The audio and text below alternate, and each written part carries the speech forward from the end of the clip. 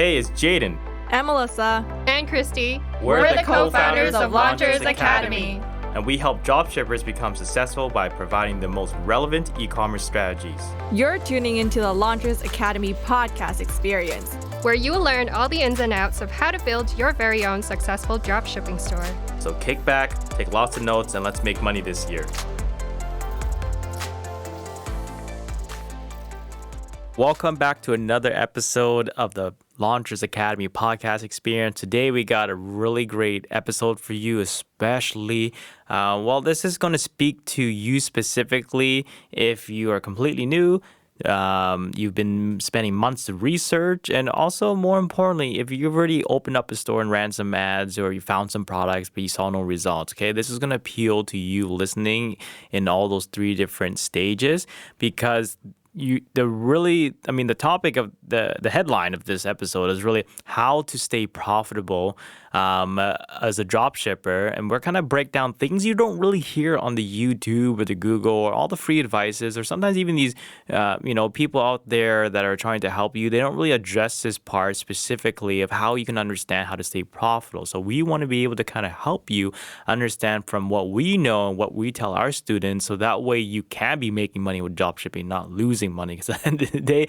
we want to be able to at least spend $1 to make $2 back. Worst case scenario, spend $1 to make $1, so that way we stay, break even. But let us go over here, the three of us, of what you should be doing. So in the spirit of how to stay profitable as a dropshipper in dropshipping, Melissa, why don't you kick it off and share your first tip of how him or her listening today can stay profitable as a dropshipper?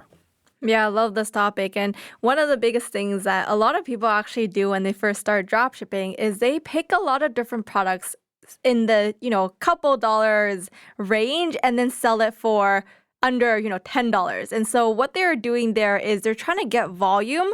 But when you realize is when you're trying to sell something for $10 and your cost of actually buying this product is like $2 or $3, the product is really shitty quality.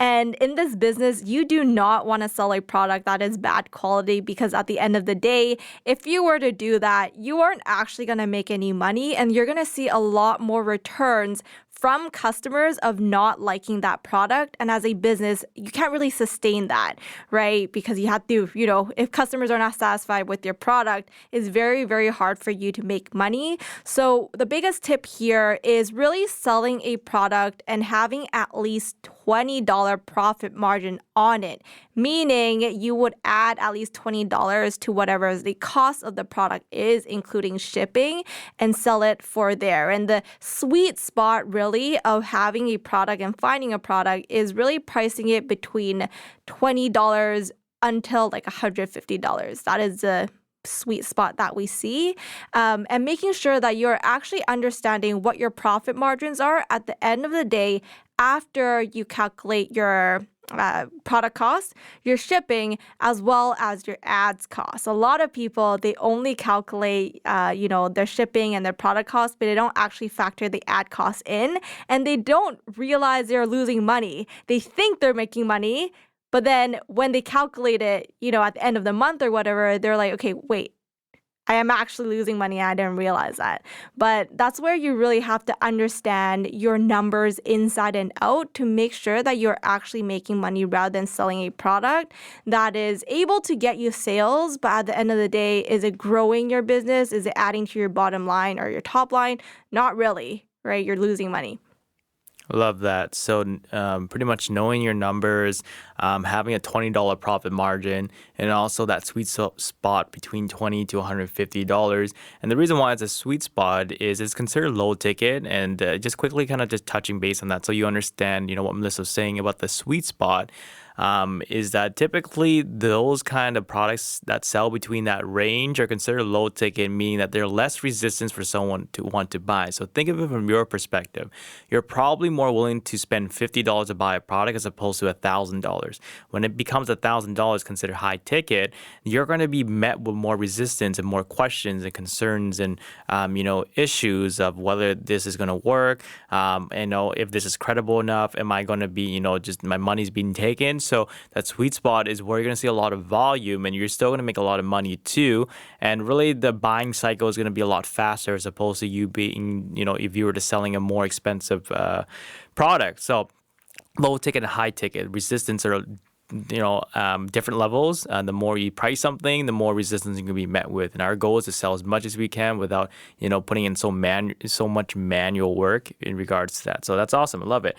Christy, what would you say is your tip here for the person listening today? A part of the investment when starting dropshipping is investing in your online store. So we use Shopify, and Shopify has their subscription plan, so you're going to be investing in that. However, when it comes to the apps, which you'll also need to really help you increase conversions and just also automate some of the tasks, there are a lot of free apps out there that you want to take advantage of, and you definitely want to use these free apps so that you can be as cost efficient as possible. And yes, there are a lot of great apps out there that help you automate different tasks and even doing some tracking and order tracking and whatnot. So there are some apps out there, and then there are also apps that help you increase your average order value, which is very important in trying to be profitable in this business. You want to increase the every time someone buys something, you want to be able to increase how much they spend on your products and on their visit. So you want to take advantage of these apps out there as well to help you increase your profitability. Now, definitely when it comes to choosing apps, you don't want too many apps because that does slow down your store, as we talked about earlier in our other episodes. So you want to be mindful of what kind of apps that you use, and just make sure that you're looking for apps that do have a free plan as well. That's definitely really helpful in making sure that you are profitable in this business.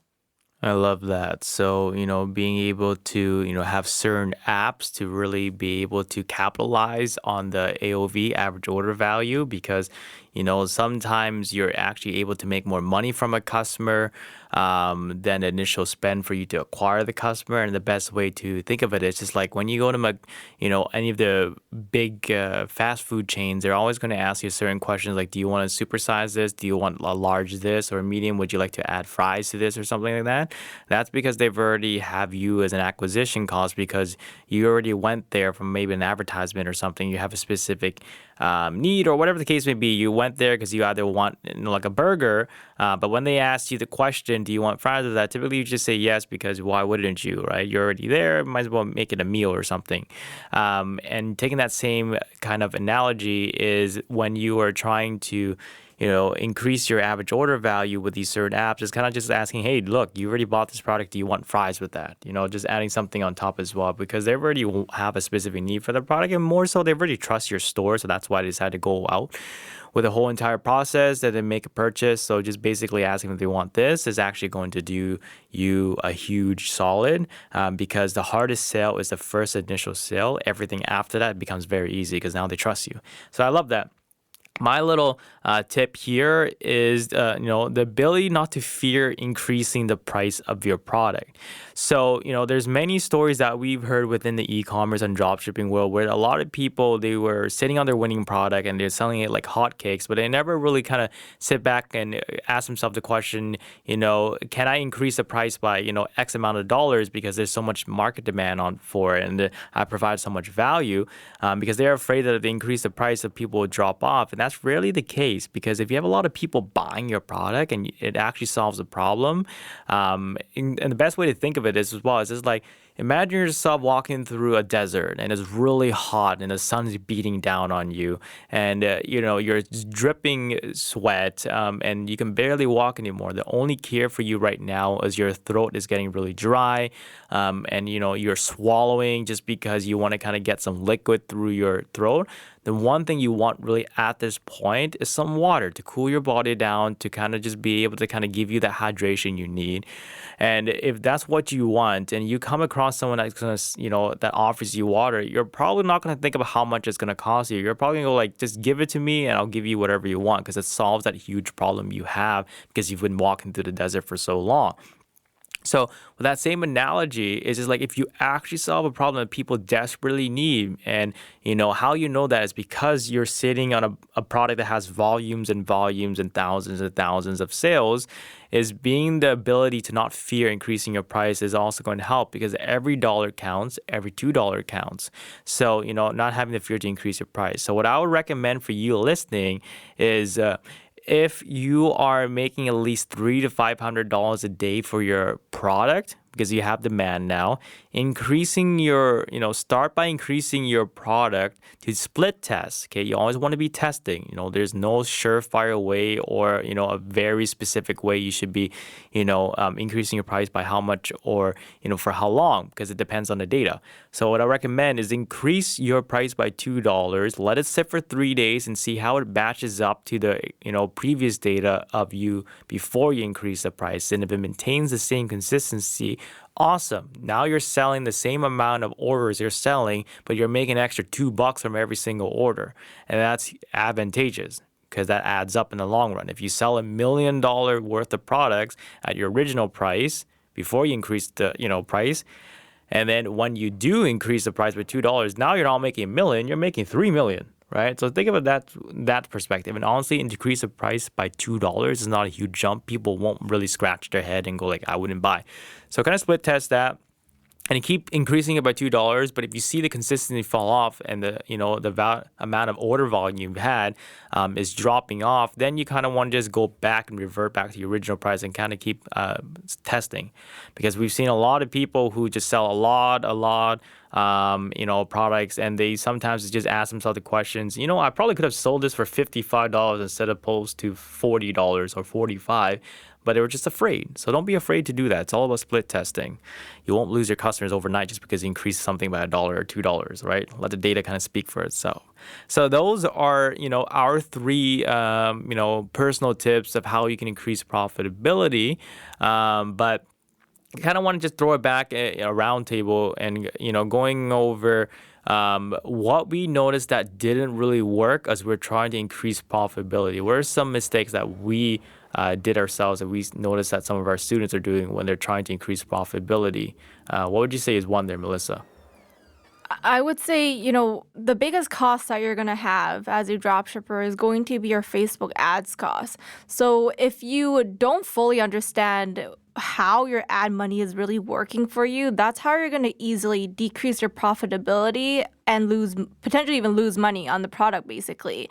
So, one of the biggest mistakes that we see with students coming in is they don't fully understand the key metrics of their Facebook ad campaigns. So they don't understand the key performance indicators, like having a benchmark of what the CTR, click-through rate percentage, should be, what their break-even ROAS or return on ad investment, ad spend should be, and then what other, cost per click and all of those different metrics. They don't understand what the benchmark should be and what it should hit. So if you don't fully understand that, you start spending ad money, then it's really hard for you to revise your Facebook ad strategies and really understand, how your money is really working for you. When you think about profitability, it's really based on 2 things. One, you increase your prices by having more revenue and generating that on the top line,